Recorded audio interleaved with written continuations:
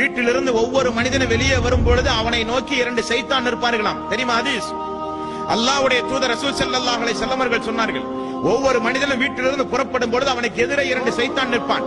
வீட்டில இருந்து வெளியே வந்த உடனே கையை பிடித்து யார் சீக்கிரம் அவனை வழிகெடுப்பது, அவனுடைய இபாதத்தை, அவனுடைய ஈமானை, அவனுடைய தக்குவாவை, அவனுடைய ஹிதாயத்தை இன்றைக்கு யார் வழிகெடுப்பது? போட்டி இரண்டு சைத்தான்களுக்கு மத்தியில்.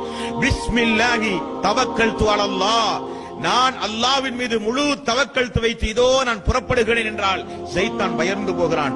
என்ன ஒரு அநியாயம் பார்த்தாயா, வீட்டிலிருந்து புறப்படும் பொழுதே அல்லாஹ்வின் மீது தவக்கல்து வைத்து புறப்படுகிறானே, இவனை நம்மால் ஒன்றும் செய்ய முடியாது, சைத்தான் புறங்கால் என்று ஓடுவானாம்.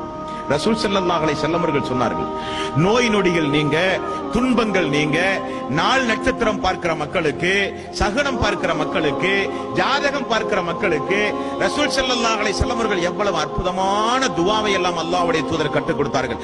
அல்லாஹும்ம லா